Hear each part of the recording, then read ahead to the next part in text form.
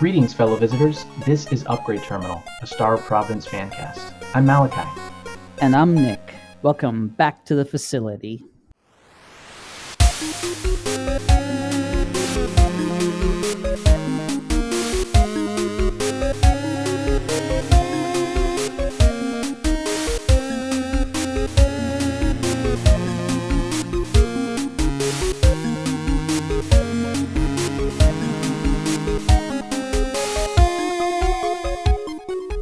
All right, this is the first episode we're making post-release. It's exciting. Yeah, we've had about a week now just over a week to dig into the updates.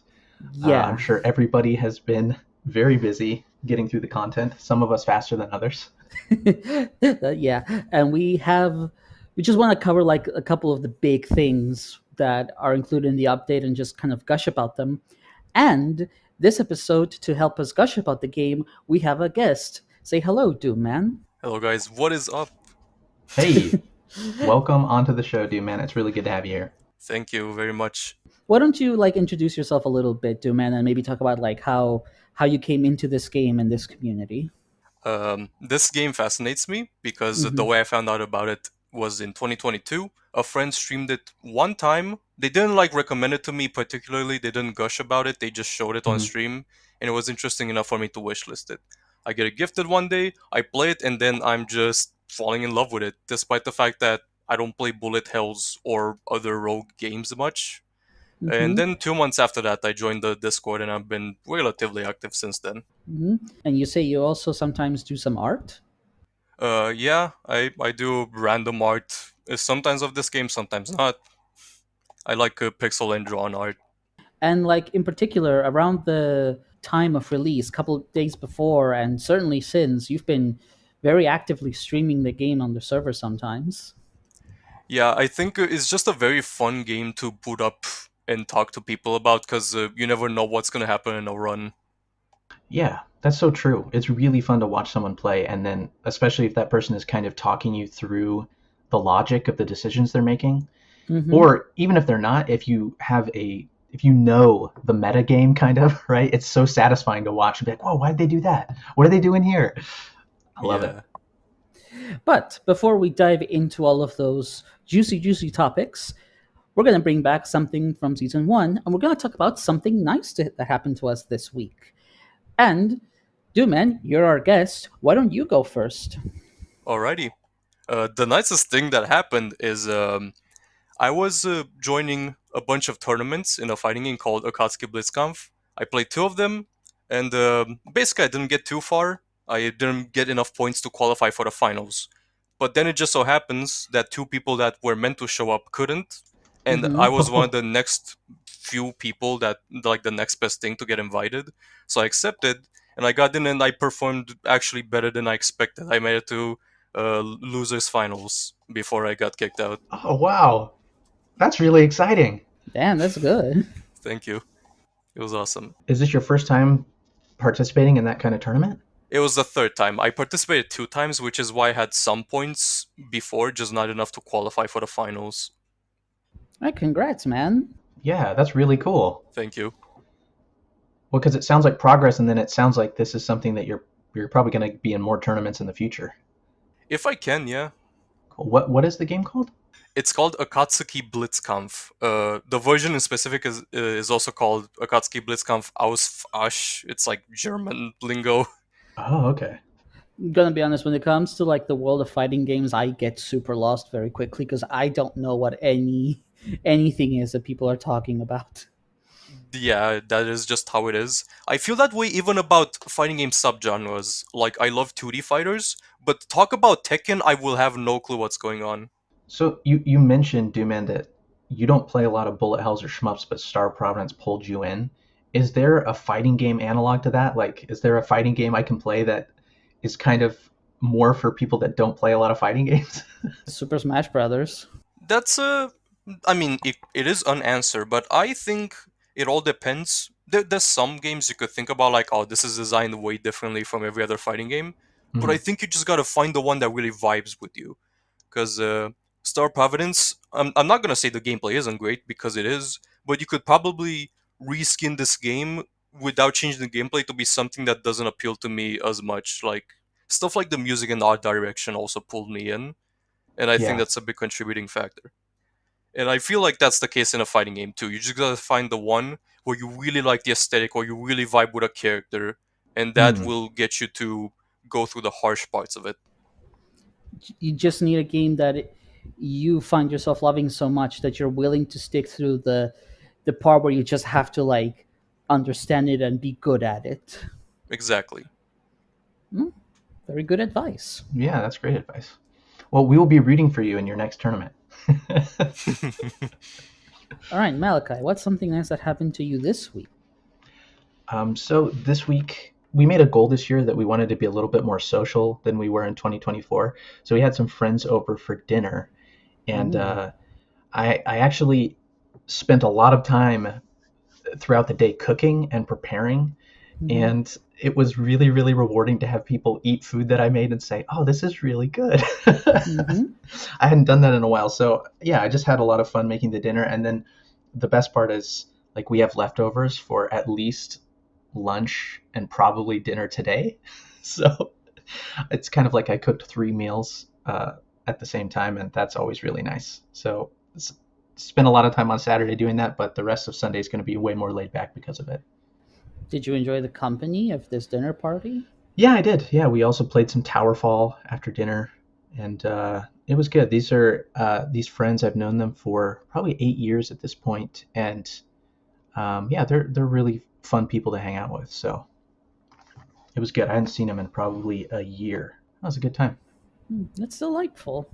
Yeah, very nice. Yeah, and the entire time I was struggling to not talk to them about Star Providence.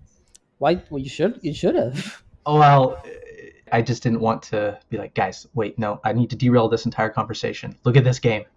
But it's funny because we're in the family room, and on the wall I have a Star Providence poster. I have the Monolith OST on the wall.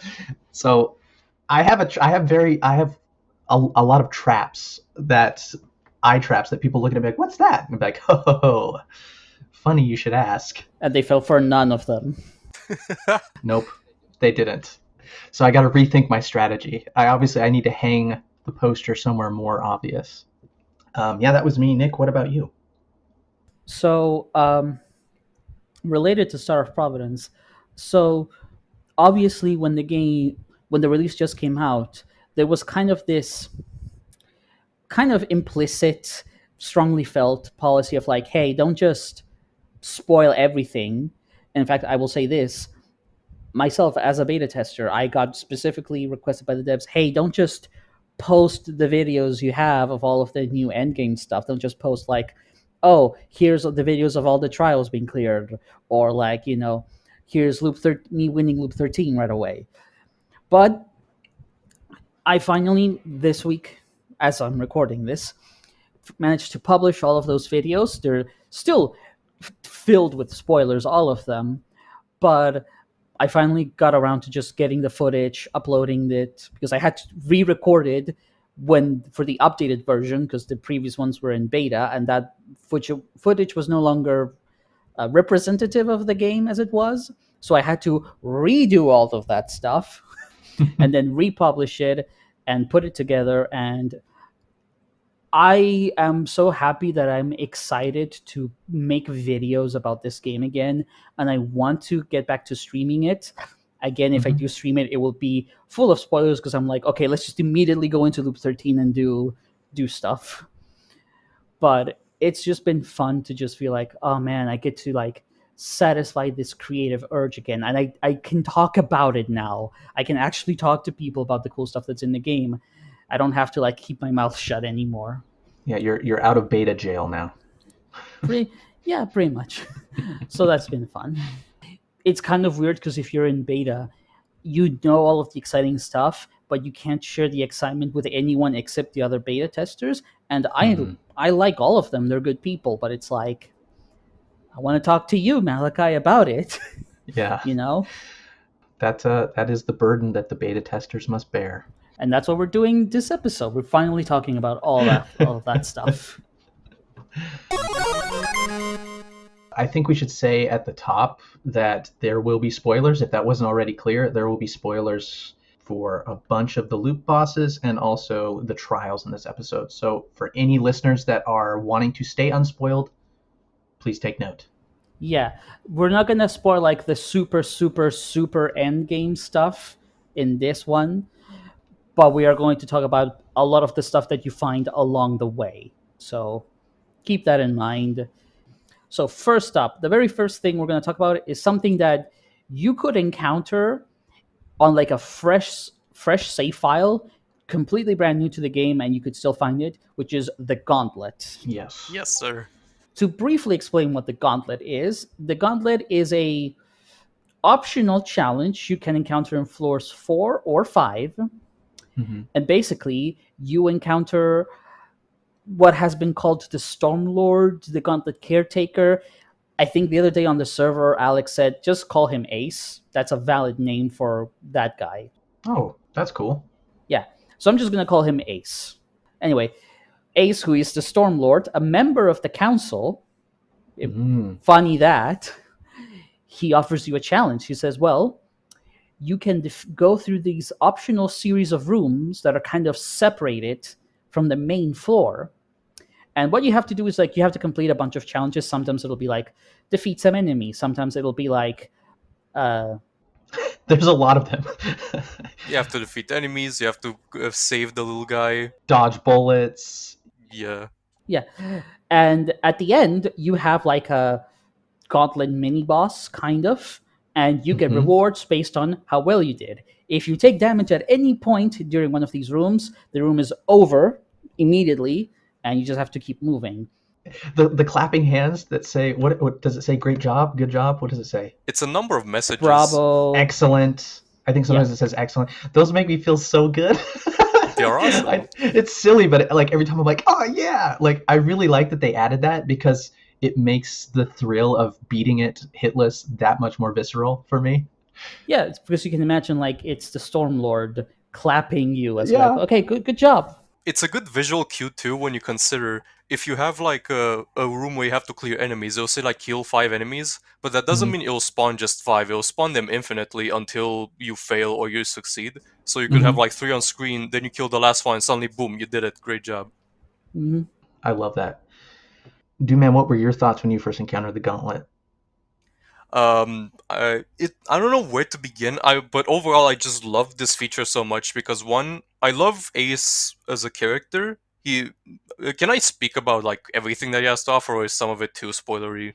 On Gauntlet and Ace, yeah, let's just go for it. Okay, so I love him as a character because not only because of the lore that he gives you at the end, but he seems very welcoming compared to every other character. Because this challenge is optional at the end of the day, and even when you go in, what I love about this also from a gameplay perspective is it's kind of like fighting Microcore or a Trespasser. But those fights, it's like if you fail them, you're probably gonna be ending the run.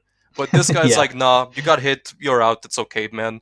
But all like that gives the idea that Ace is nice until you happen to do everything right and get him as a fight. Then he gets pissed off and fights you at full power, and then he's like surprised that you did it. Like, oh, how could he do this?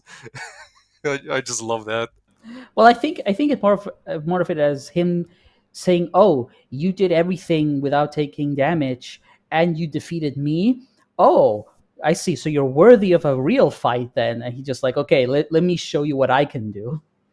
I guess that makes more sense. My interpretation was like the equivalent of a friend teaching you to play a game they like. Then they're like, "Wait a minute, you're not supposed to be good at this." What is the line? He says something like, this is why we fight, or something like that, right? And he's equating us to him, and I really like that. So I kind of felt the same way. Like if you beat everything hitless, he's like, okay, a worthy challenger. Let's do this, right? Like, and then he's like, I'm gonna roll out the big guns. When you finish the fight, he usually says something akin to like, like how could I be defeated? To me, that speaks about how like he feels like he got humiliated in his own challenge. Huh. See, I didn't get that dialogue. I just remember him saying "well done," but I've only fought him one time, so. Yeah. So here's the thing. Here's a little spoiler for a little secret interaction. So Stormlord, or Ace, has a lot of like electric type attacks. Yep. Yes. If you have weatherproof, which makes you immune to that, he calls you a dirty cheat because you're like, oh wait, I can't. Most of my attacks don't do damage to you. Well, that's bullshit, basically. That's hilarious. I never encountered it, but I've seen people mention it in chat. I thought that was awesome. Oh, that's funny. Yeah. I think it's more like if you beat him without if you have that, he's like, oh, well, of course you won. But if you don't have it, he's like, okay, fine, you actually did it. I respect that. Huh. Yeah, I do like that he is. So out of the original 7 council members, we have met 6 of them, and this is the only one who'll actually have a conversation with you. Like, Cryomancer is nowhere to be seen. Warden's trying to kick you out. Damon's just a jerk. Ordinator has lost his head. Renegade just doesn't speak at all, and Blogue is just business. Hey, Renegade does speak a little bit. When you take the seal, and then never again. He's like, Yeah. no, we're done here.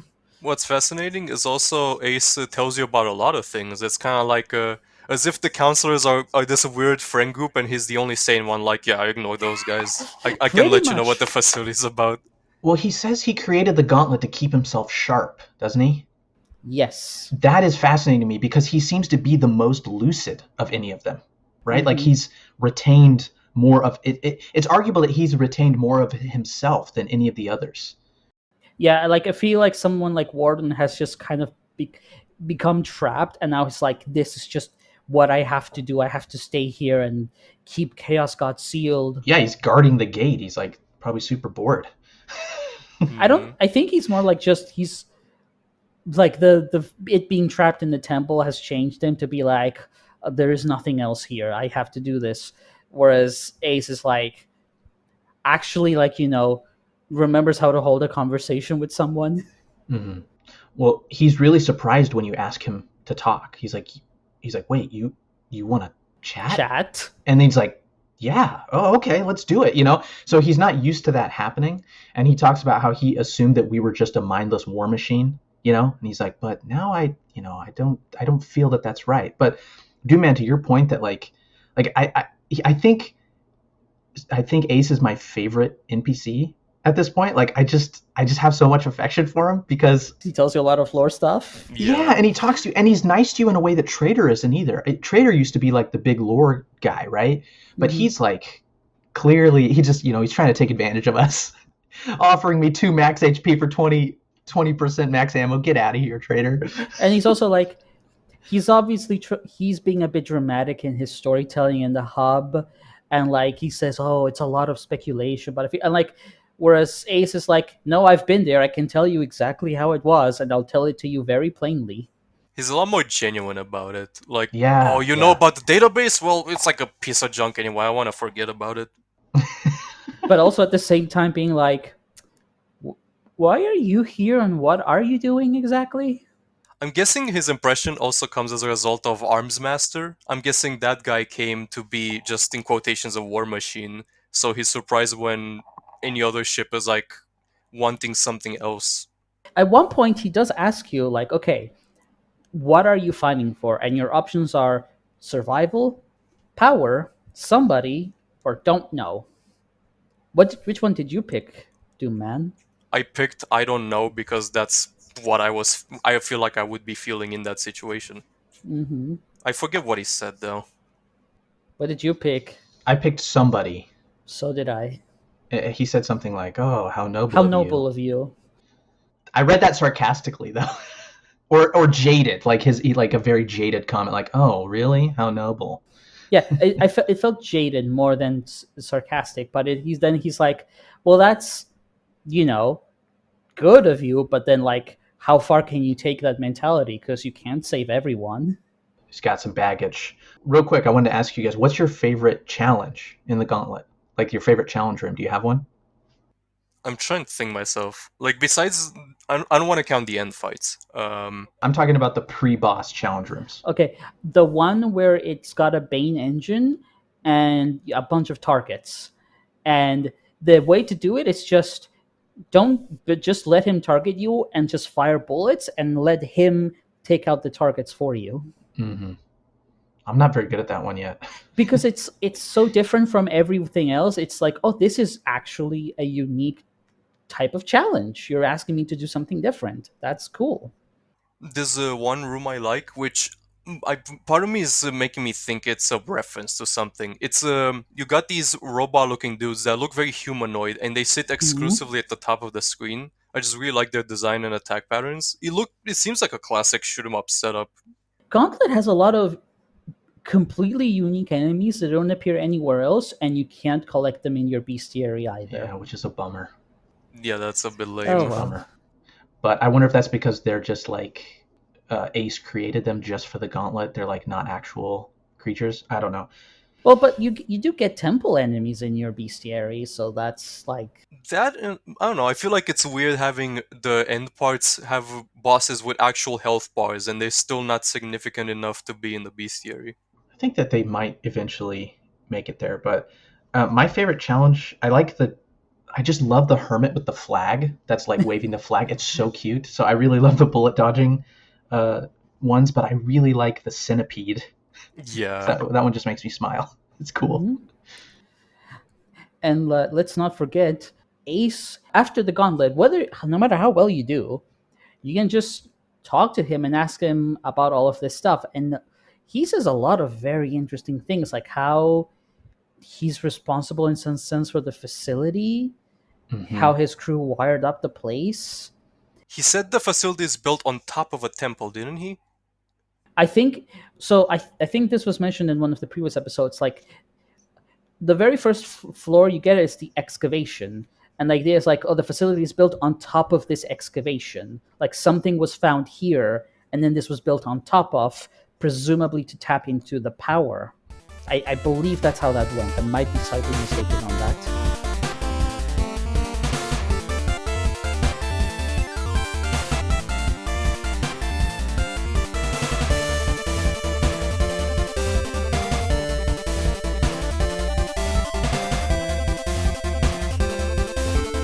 Well, let's move on to the next new thing we discover in the game via the loops, which is ersatz.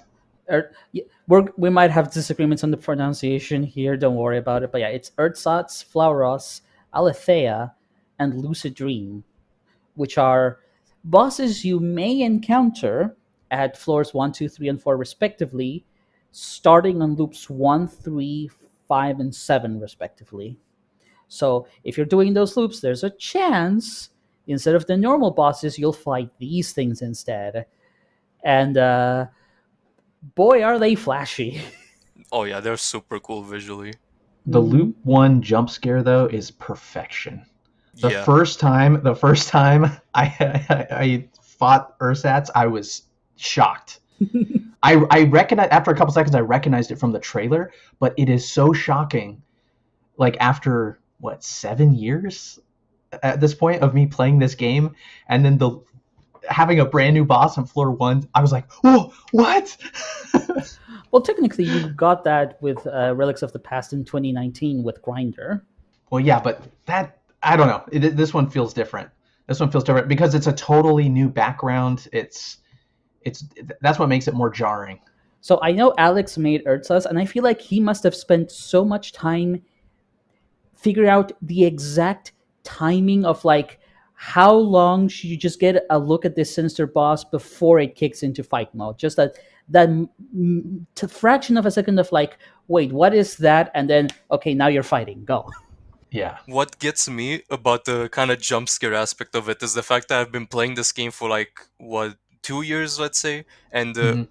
by then I felt relatively experienced, even if there's some fights I still wasn't super confident at. So to get a new boss fight doesn't just mean oh it's a new cool thing. It's also like oh god I have to learn a new fight and start Yeah. Providence. Yeah. On Four loop of them. on the first floor, no less. Right. It's like, oh crap. Is my run gonna end right here? That's also true. It's not the hardest fight, but it's pretty hard relative to the other floor ones. Well, it's like, well, you're doing loops now, so you asked for this. That is true. His attack with like the spinning bullet patterns. Mm-hmm. That always gets me. Oh yeah, it's That very one's the hardest disorienting. for me to dodge right now. Yeah. So I want to say something that some people may not know. Earthsats was made by Alex. Hmm. Lucid Dream was made by Pure.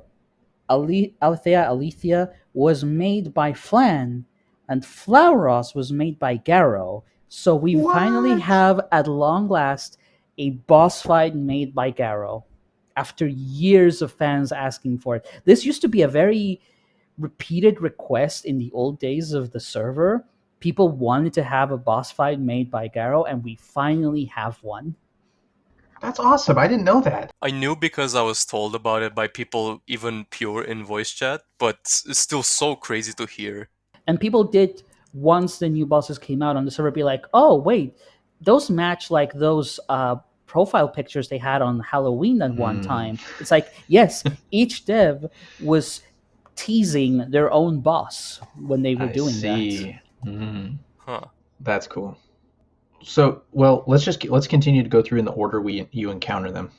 So, Yep. Flauros. Yeah. So Flauros, do man, you can take this one and speak on Uh, Flauros first.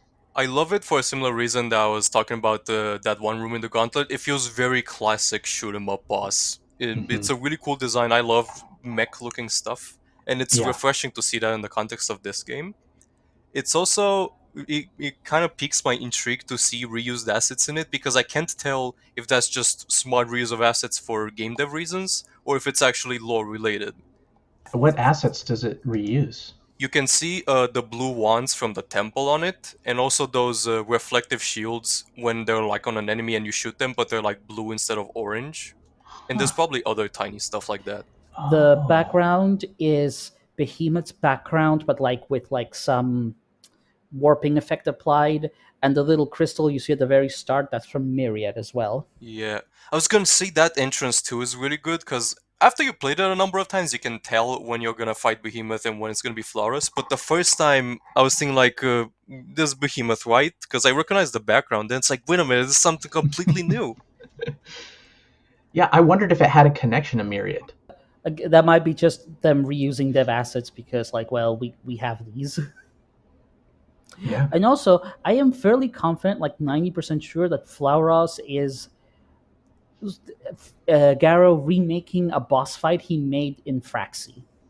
Oh, So okay. like it is That would it is track. not just reusing assets, but like reusing an idea from their previous ventures. Right. Hmm. One of my favorite things about Flauros is, I mean, the music obviously is awesome, but then when it spawns in, you get these like four like bass notes, like ooh, ooh, ooh, ooh. That like, oh, that makes me shiver. I'm just like, oh, that's so good. I played it. I After I beat it, I went and I played it in the mirror like 10 times in a row, just so I could hear that. Boo, boo, boo, boo. It's good. It's good stuff. I think Flores is also a good display of how they improved their animation techniques in the game. Like, it's still using stuff in the engine itself, but it's using it more cleverly, if that makes sense. Like rotating segments of the boss to make like all these movements happen. And it has a very flashy finish too. Oh yeah, That was what stunned me the first time. It's like the all of the particle effects and all of these crazy things. It like makes a hell of an impression. I don't know about you, but that friend who I mentioned who kind of introduced me to Star Providence, they really like shoot 'em ups, especially even on stuff, obscure stuff like the TurboGrafx 16. And at this Oh point, I wow. just expect very specific looking stuff like that in the game to be a reference to one of those things and me not realizing it. Yeah, I kind of feel that about a lot of things in Star Providence because the developers have commented on how much stuff is references. You know, like even the wall chicken or whatever. Like I didn't know. I hadn't played Castlevania, and then someone was like, "Oh, that's a reference to another game." It took me a while to actually process that that was a reference to Castlevania. Also, they referenced Toho. I'm not a Toho guy, but here's the funny thing, right? I got recommended one time this Mhm. kind of YouTube poop esque video of like AVGN, but he's like edited to review a Toho game called like Toho Shoot the Bullet.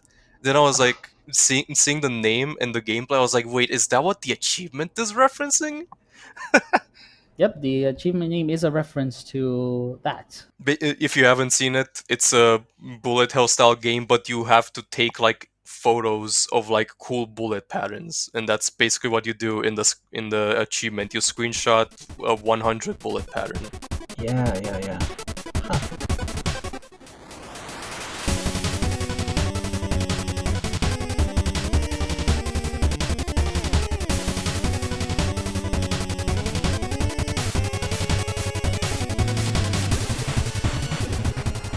Next up, Alethea. We're not gonna we're not in agreement. What? Yeah, we're not going to litigate the pronunciation here. I think this one has the coolest backdrop out of all four of them, by far. Yeah. With the city in the background and the moon. This boss fight was the most shocking one for me. I mean, my mind was blown because what we're fighting, like, I think we're fighting whatever we're modeled after. The only way I can describe it is it can be one of two things. One, it's either very low relevant and there's like something important behind it, or I feel like it's something that's supposed to confuse you. Like there's no understanding it. Well, I looked at the ships. So one of them clearly, I mean, it looks just like D13, but it's alive. It's more like a mimic, right? They look like creature versions of the ships. Yes, exactly. And I tell me if you think this is right, but I looked at the ship. So if you pull up the bestiary, you can kind of, every time you click in, it'll have different ships, right? Mm-hmm. It'll rotate to the different ones. And I don't think that there's a null-shaped one. I haven't found, there's a sword-shaped one, there's a chaos-shaped one, there's one I think is an analog for Arms Master, and there's definitely a D13 one, but there isn't a null-shaped one, which I find really interesting. So I'm curious if that will have further implications later on in the game. I don't know if that's just a coincidence, but they all seem to be clear analogs to some of the ships, and then it's like, oh wow, so was Renegade actually like mimicking these ships? Also, the portal that they're coming out of, I think that's what, like, we're seeing the past, I think, and we're seeing the moment when the sky shattered that Trader talks about. I did happen to notice that image in the backdrop of like the moon like turning pink and having this like visual effect does show up if you do the full version of the fight against the Stormlord in the background. Oh yeah, that's right. Which is an interesting connection to make. It's like, what happened here exactly? How is this all connected? I don't know. I don't have the answers, but I'm like, that's actually a cool detail. Also, this would, like, I will say this, during beta testing, this boss had to go through several nerfs just to make sure, like, okay, you have all of these ships and like their attacks can overlap in a sense, and getting the timing of that to not be nonsense took several iterations. So I have a little bit of a memory of like, oh, this boss is just mean. It's real mean. I still find it hard to get in a scenario where like one of them shoots those kind of 5 perfectly straight rows of projectiles, and then one of them comes with the 2 damage sword at you. Yeah. That feels like very hard to get around. Mm-hmm. Yeah, leave it to Flan to design an extremely devious boss. Oh yeah, beta testers know exactly how devious he can be. The Flan room of bosses. Oh, you don't even know. Like, you got the finished versions. I had to sit through the nonsense unbalanced versions. You don't know. I'll still take a boss made by Flan because the boss is always consistent, if that makes sense. Like a room, you can be you're taking like existing things and being evil about it. He's just making an evil boss now. Somewhere Flan is cackling right now. Also, I find the fight itself fascinating because the second phase on hard mode introduces like a type of attack I don't think you see anywhere else prior in the game, which is something that looks unavoidable, but you just have to go past it before it like detonates. Dang. Oh yes, that I have not seen that yet. I have. It is a hard mode exclusive attack. That's awesome. That gets used in one other part in the game, and I don't want to spoil where it is. I do know where it is, but I'm not gonna say it yet. Okay, good. So then you saw the Oh, it other takes place in additions. Redacted. So did you see the other two additions in that fight, Dooman? I think so. Yeah. Good. My Very glad. gosh. I'm excited to see that now. Ecofrost is You'll gonna like have it. to suffer. Oh yeah. Oh, he'll love it. He'll also just suffer. Yeah, through it. I don't ever equate like fighting and losing to bosses as suffering. I enjoy every minute of it, like a true Mm, sicko. Mm-hmm. You should, but you should definitely do more hard mode than Malachi. I will, but I have a very strict goal. I need to get to the end of loops because I need to see that content, and then I'll move into hard mode and trials and stuff. Good luck. yeah. And last one, Lucid Dream, Pure's boss. This is a very weird boss fight because when you start, there's actually no enemies. You just see like these three little crystal things. They Mhm. all are kind of circling around Chaos you. Emeralds. Sure. And you can pick any one of them Yep. to fight. And like I think the way we refer to them in the beta testers, might not be canon. This is just the lingo we built. It's like it's the bat, the mage, and the angel, is how we refer to them. Um, oh, like the biblically accurate angel. Sure. Just because it's terrifying. I was like before. It took me a couple seconds to realize I had to choose a crystal. Like when that fight started, I was like, "Oh, 3 crystals! Oh my gosh!" And then they didn't do anything. I'm like, "Wait, what?" Literally same. I was like shooting them sporadically, hoping Yeah, me like I don't too. get I was hit. like, "I'm not hitting them." Oh, the boss fight hasn't started yet. I don't know what to say. It's such an interesting way to do a boss fight. It's like, okay, I think, correct me if I'm wrong, but like if it's normal, you can fight any 2 out of the 3, and in hard mode you have to do all 3. I If have I not were, encountered it on normal. I did not know. yeah, Yeah, it's normal. only 2. It's only 2 on normal. Yeah, so I will skip the angel if I have the option. It's just the one I like the least personally. But Yeah, yeah. I don't dis. I think it's the hardest one for me. Mm-hmm. Like, but I love. I mean, my favorite one's the bat. Go figure. That's crazy because I was thinking the opposite. I don't like the bat because it requires a lot more precise aiming and it still has relatively tricky attacks. Yeah, it's I learned yesterday that it's a mech. Oh, Oh, bats are mechs in this facility, same as the Yeah. fish. Well, that one doesn't look like a mech. I mean, I guess it kind of does, but um, yeah, I had a keyword. I had the right keyword, and I was like, oh, I guess the bat's also a mech. Mm-hmm. And the mage is a mage, and like the angel, is it a construct? I don't remember. I don't know. I don't know. That one's kind of terrifying though, in the best way. It's a very much a what the hell is this sort of thing.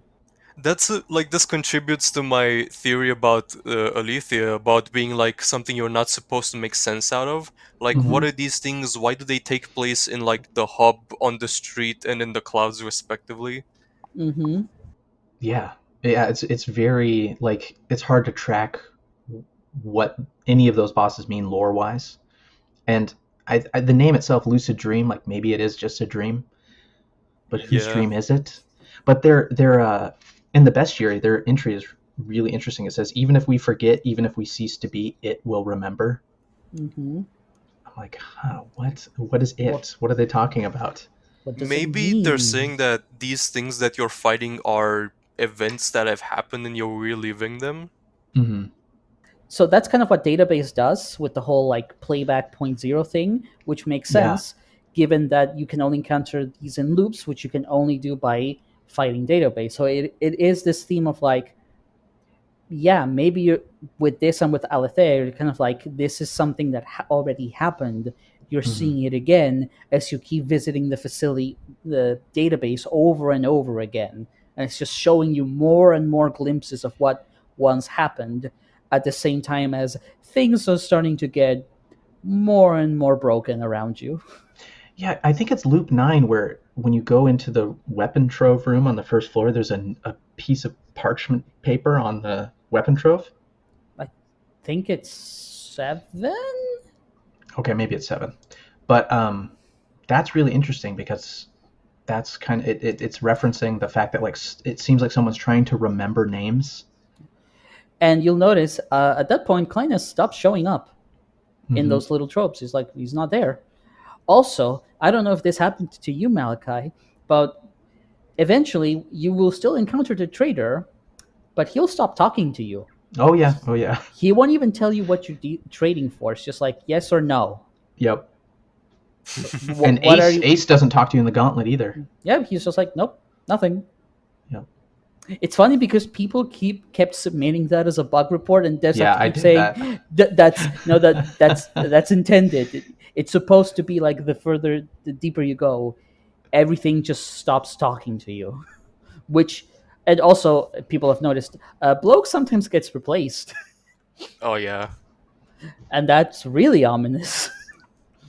Oh my gosh, the loop shops are creepy. I love that bit of like entering a room and you hear the respective shop music, whether it was like a normal shop or like one of those where you sacrifice health, and then just ambience. Yeah. It's a disarming half a second of like, oh, the cheerful music to drone. Yeah. And then there's a shopkeeper with what looks like a hole in its head and like ooze coming out of it. It's like, oh my gosh. Or one that's been sliced. Or one that has like teeth in its head, teeth for a face. Jeez. Some of them are just invisible or like half erased. Yeah, they like only the bottom half spawned in or something. Yeah. What I found interesting, I never actually put the sprites side by side, but their silhouettes look like the shopkeepers in the temple. Yeah, Yep. You're right. Yep. The cute little cloaked shopkeepers. Yep. Well, these ones I would say are less cute. Yeah.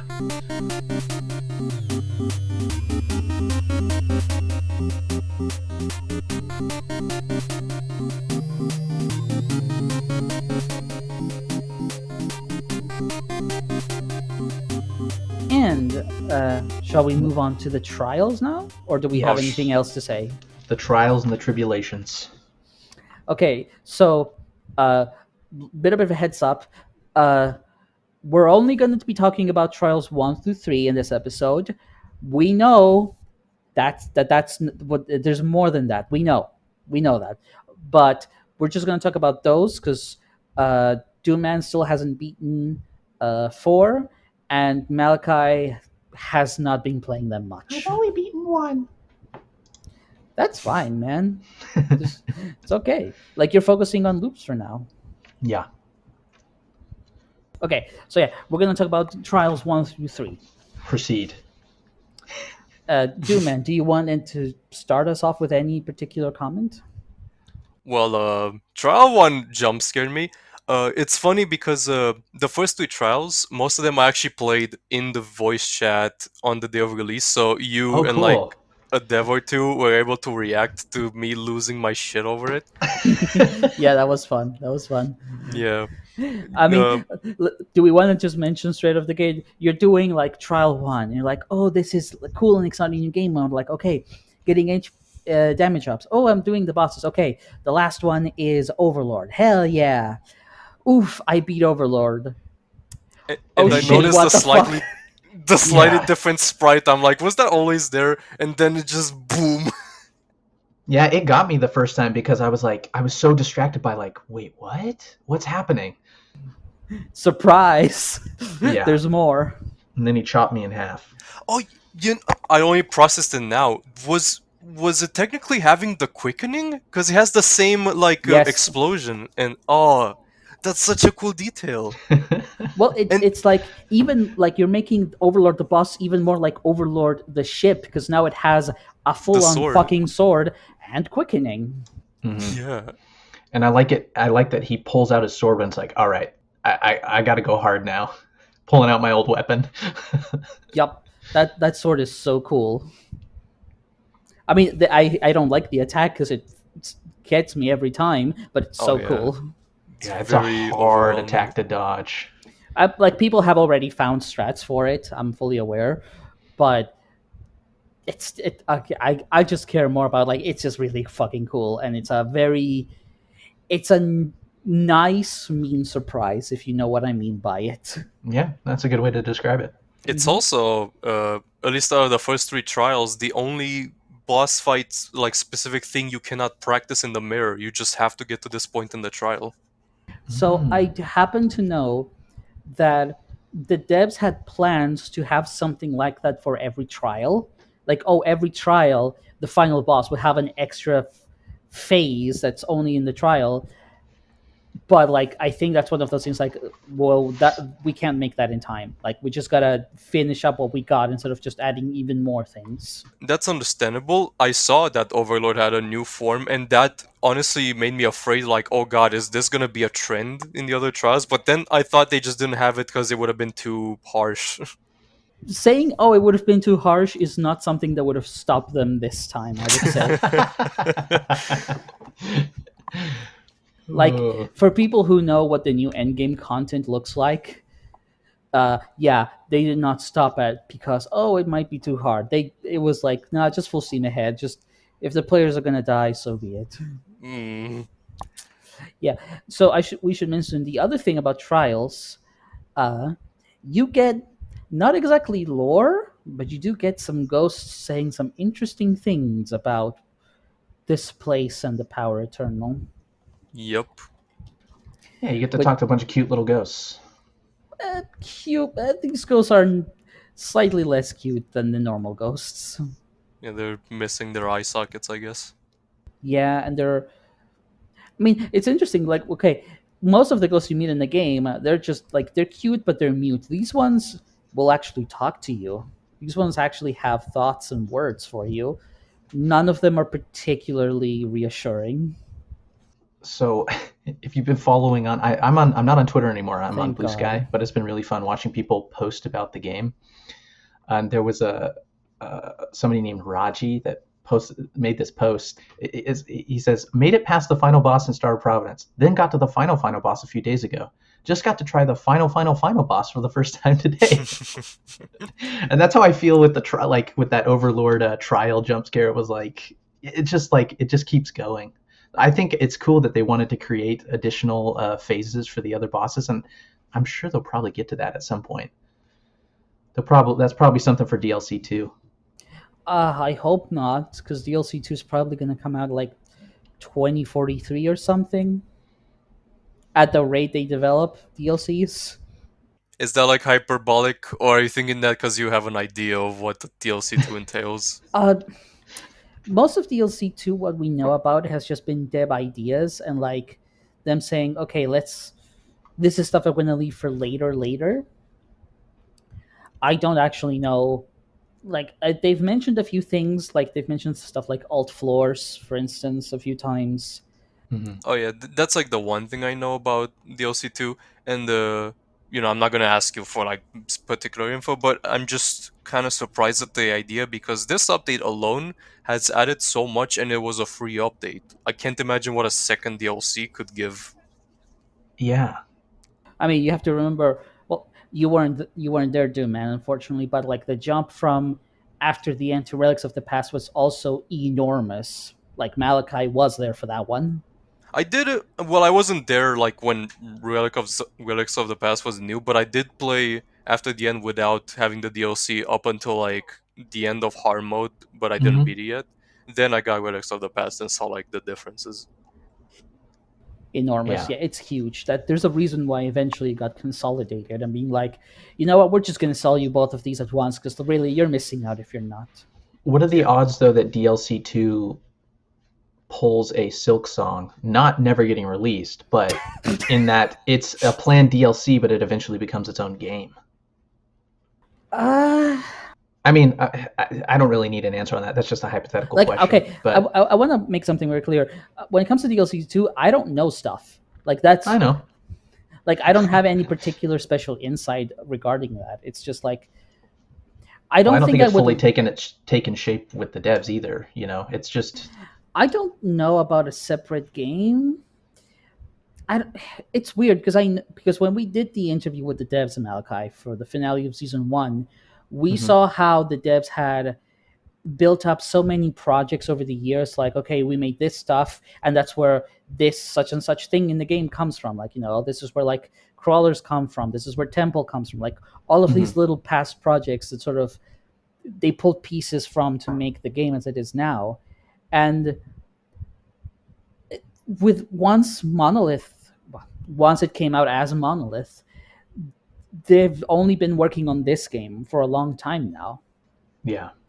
So the question becomes a question of like, well, what is the future for Team D13 as a whole look like? And I'm like, I don't know. I want to be there for it, but I can't ever make any predictions for what it will be.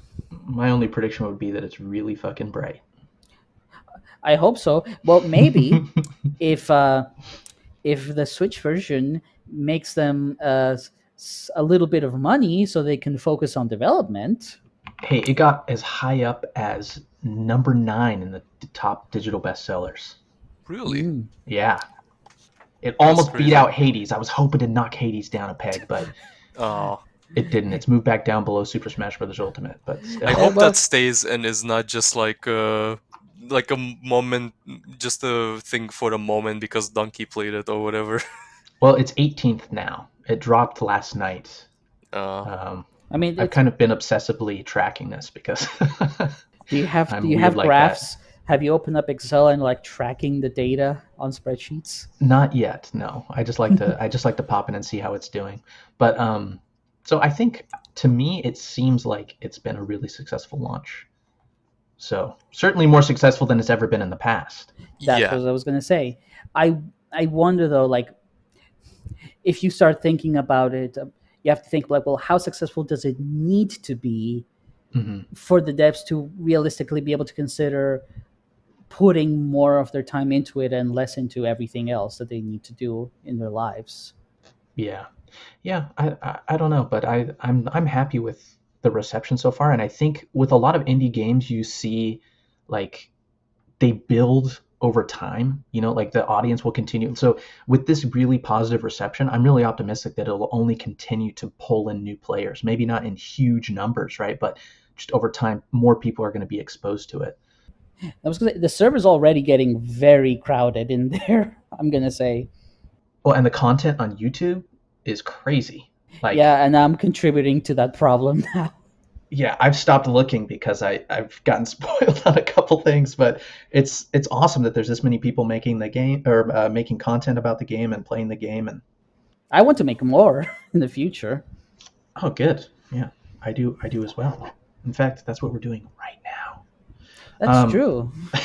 But what about trial number 2? Do man, you said you beat that one as well, right? I beat 1 through 3, yes. Ah, okay. Honestly, 2 I have the least memories of because I beat it that one day, and I beat it like In a another fugue time. state. Okay. No, I do want to mention this. My goodness, the music Garo made for the trials, amazing. Actually, yeah, that's one thing I'll give Trial 2. It has my favorite Trial music from which I heard so far. Trials probably... 2 and 3 have like the music is so good. It's so good. I love it so much. Like literally like so as I'm going to mention in a little bit in the outro, Garo has now updated the soundtrack to include the new tracks. But even as a beta tester, I extracted the files and put them on my phone because I desperately wanted to have that music with me wherever I went. It's so good. Like, please give it a listen. It's so good. Yeah, I get that. I had the game open with the jukebox to listen to it, and then when I was in bed on my phone, I was like, I can't listen to it unless I find like a niche YouTube upload. And some people are very fast with those. Like they're like day one, rip all of the soundtrack posted on YouTube. They have been now, but I don't remember that being the case for like Relics of the Past for a time. I think it did happen, but it was a case of like, okay, people like uploaded the tracks, but they didn't know what to call them. Yeah, I know which one you're talking about. It was a bunch of extended videos, and they were naming them after the files rather than the game titles. Yeah, Now we can all listen to them on the official soundtrack, and it's delightful. Very. And oh yeah, Trial 3 with the block pushing puzzles. That's new. It was very interesting, yeah. Yeah, some people I noticed like are really against it. Like, I don't want to do block pushing puzzles. I'm like, I actually love this. I think it's wonderful. I kind of get it because this game hasn't really asked you to do puzzles. It's like it's hard enough to do the combat as is. Well, I do like that you can, for the most part, just take your time with them. And like some people have been doing this, where like, okay, they take screenshots of like the rooms, and then they go Mhm. into MS Paint and be like, okay, if I stand here and move the block here in this direction, and then I do this, I like solving them that way. And like that's also what I did at one point. I genuinely did that, like with the penultimate puzzle in Trial 3. I was looking at my notebook trying to make sense of it. I don't know. I really liked it. I enjoyed it. I had fun with it. Uh, I no notes, and I'm trying to remember. Oh yeah, I know what's in Trial 4, but like that's for a different episode. I think it's neat that they included some different gameplay in the trials. Yeah, it's a very refreshing, and it would be annoying to have this sort of challenge within the runs themselves. So it makes sense to have them in this closed space situation. Hmm. And the other thing that makes it interesting about the trials is that normally when you do runs of Star of Providence, a lot of the strategy comes down to like, okay, I need to like maximize the resources the run will give me. I need to maximize health and ammo and damage and what's my weapon and what are my upgrades and what cards do I find. Like all of this, creating a loadout that maximizes your chances of success. Hmm. In trials, you have very little in the way of options. It's just this is what you're getting to defeat the trial, and you're just going to have to be good at the game with that. Yeah, they're very deliberate in their approach. The only thing can vary is the ship you play as, but you can't pick lethalities or difficulties or anything like that. Yeah, specifically so you can't trivialize it anymore. It's like, nope, you're doing it like this. Can I pick sudden death to just cheese the boss fights? No, you're gonna have to do them in mild. I'm really glad that overall the trials, like I like the approach they use to where if you look at the soundtrack actually, like every trial, there's stasis and there's flow. Stasis and flow. Stasis is the rooms in between. Yeah, it's stasis is out of combat. Yes. Flow is in combat, and Yes. I love how like the game makes this layered system. Like as you enter the boss fight, it will do this transition between the two, and Mhm. that sounds so good. It's so It's good. very good. It doesn't like start the track over; it just continues it. Mhm. Yeah. I like though that they made those in between rooms, because when I originally heard boss rush, I thought it was going to be boss, just Yeah, throwing the bosses at you, which would have been cool as well and would have been a fun challenge. But in typical D13 style, I guess at this point they made it a lot more interesting than that, Hmm. and funnily even added enough, some lore.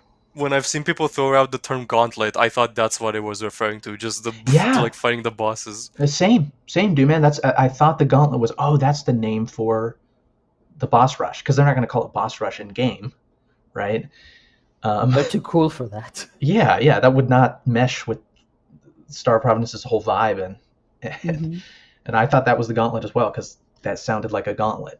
Funny thing, by the way, I don't know, I doubt this is intentional, but you have the trials and also the tracks that are just called like Trial 1, Trial 2, etc. Then there's like that one boss theme that's been since like the beginning called The Trial. Oh, there's also like the Challenger song, which has been in the soundtrack from the very beginning, and I think it never ended up getting used because in beta, that song was the music for Trial 1, and then Garo replaced it by another one. So you still have this song that's just hanging in there, but not really being used. I have a more precise answer for that because I obsessed over that. I was thinking I like the Challenger track, even if I don't think it compares to like the new music in this. But I Fair. always wanted to hear it in game. And what people would say is that it would be for like the boss rush or whatever, right? And And then originally it kind of was. And then recently, I would talk in chat like the thing I want to discover most is like where the track plays and unlock it in the jukebox. Then basically the devs come in and are like, "Sorry, man, that track is not there anymore." So they're like, I was mentioning how I saw in an old teaser they were showing off one of the trials and Challenger was playing in there. So what they said is they initially had Challenger play through all the trials, then they had it play through just trial one. Then they're like, Garo can make better music than this track from like years ago, so it just got taken out. Mm-hmm. Can maybe come off as a little bit rude, but it should be mentioned that this update really makes it very, very clear how much Garo has grown as a musician over the years. And like the same can be said for everyone in the dev team. Like the quality of the update is like amazing. Like every update really makes the game look so much better. Yeah, I agree. Like one thing I forgot to mention about the loop bosses, the visual flair might be there also for like shock factor because they stand out so much, but I think most of that is just because they stepped up their game since they first started working on this, and you can tell. Yeah. Yeah.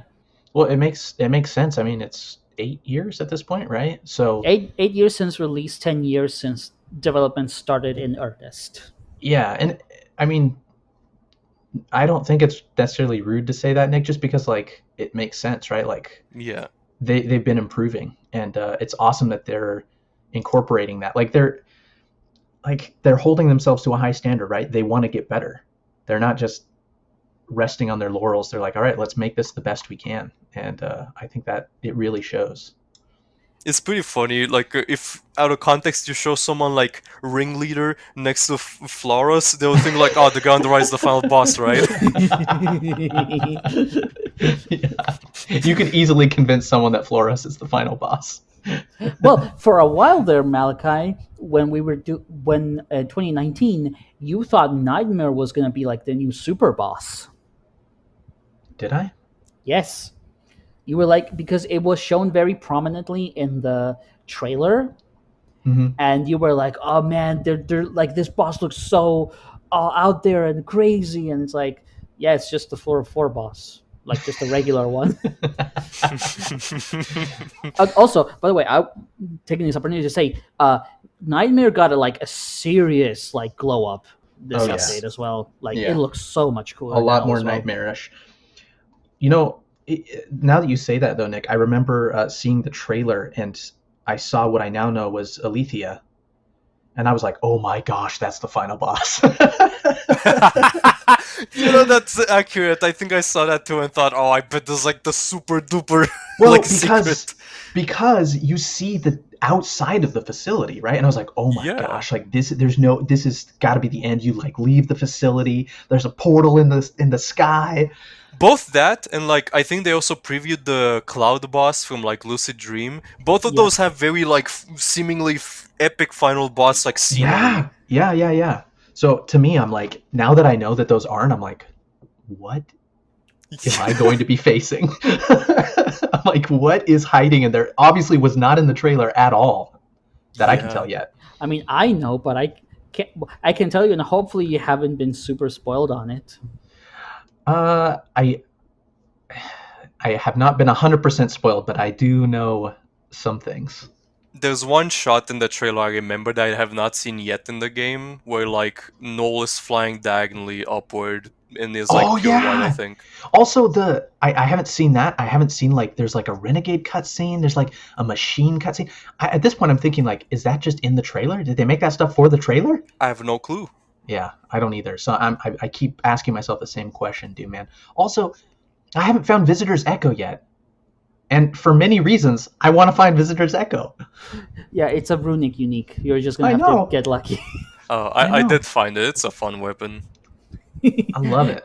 Everyone but Malachi gets to find it. I know. I'm like, what? I finally got Stinger yesterday, though. Oh, Stinger's a good one. It's so much fun. I finally got Stinger, and that was one that I've been so excited to try that one. So I was very happy. One that I think is super cool, even if it's not necessarily the most effective, but I just love it visually. It's Soul Fury, the railgun unique. I love the way it looks and feels. It is so cool. Haven't gotten that one yet. I did get like the toxic Biohazard, yeah, that for was Fireball. Yeah, or the Resident Evil gun, as it were, in the U.S. That's what they call it. That one is so cool. I like that one too. It was very fun to use. Yeah. Oh man, there's so much stuff. We're gonna need several episodes to talk about. Oh yeah, we're gonna have to have a whole episode on weapons once eventually. Oh yeah, there's so much to say. And new weapon balance. Boy, that's a deep well. Yeah. Well, it's crazy because I feel like I've seen a lot of content, but I feel like there's so much more for us to uncover, Doom Man. So we'll definitely have to come back and discuss it all again once we have seen the true end game. Yep.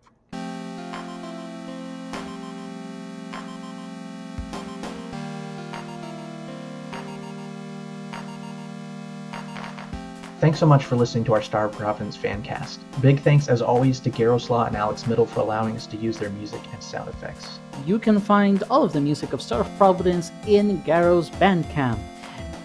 That includes Volume 1 and Volume 2, which has now been updated to include all of the tracks from the Into Oblivion update. So check out that incredible music, though be warned, it will contain some spoilers within, so, listen at your own risk. And also, thank you very much to Doom Man for being here with us and talking with us about the update. Thank you as well. If you have any comments or suggestions for the show, you can reach out to us on our Discord server. We'll post the server link in the show notes. And there you will find fellow pilots to talk with and discuss the show. Thanks for listening. We'll hope you'll join us next time. This is what you came for, isn't it? So be it.